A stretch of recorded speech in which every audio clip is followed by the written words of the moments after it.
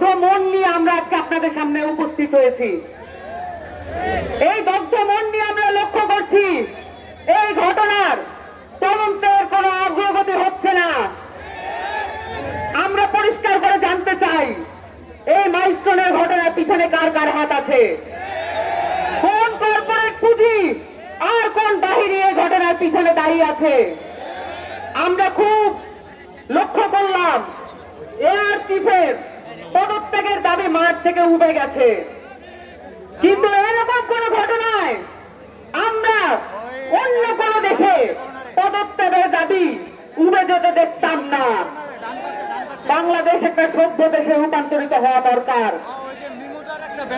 আপনারা এরও দেখেছেন বাংলাদেশের অভ্যুত্থান পরবর্তী সময়ে সবচেয়ে বেশি প্রয়োজন ছিল পুলিশ সংস্কার।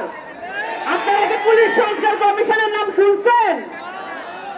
খালি নির্বাচনের সাথে সংশ্লিষ্ট যেই কটা কমিশন, সেই কটা কমিশন নিয়ে কাজ চলতেছে। পুলিশ সংস্কার কমিশন নিয়ে কোনো আলাপ নাই, শীর্ষ শিক্ষা সংস্কার কমিশন নিয়ে কোনো আলাপ নাই।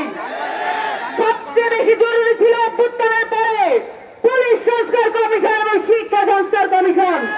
এই দুটো কমিশনকে ইচ্ছাকৃতভাবে অবহেলা করা হয়েছে এবং আমাদের কপালে জুটছে একটা শিক্ষা উপদেষ্টা। এই শিক্ষা উপদেষ্টা শিশুদের দগ্ধ মৃতদেহের উপরেও তার বিশ্রাম করার সময় মেলে। এই ধরনের উপদেষ্টা ক্যাবিনেট নিয়ে আমরা কি করব? আমাদের সরকার তো আমাদেরই বানাইতে হবে। পুলিশ সংস্কার কমিশনের পরেও আমাদের এটা দাবি ছিল বাংলাদেশের প্রত্যেকটা পুলিশের ঘাঁটিতে নতুন করে পুলিশ মোতায়েন করা। সেটা কি হয়েছে?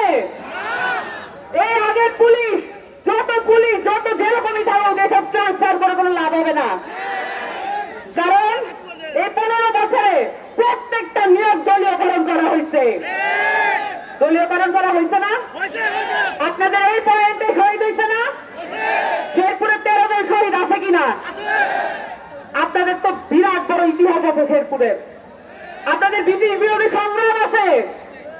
আপনারা জানেন আপনাদের কত বড় ত্যাগ এবং তিতিক্ষা আছে এই সংগ্রামের প্রতি।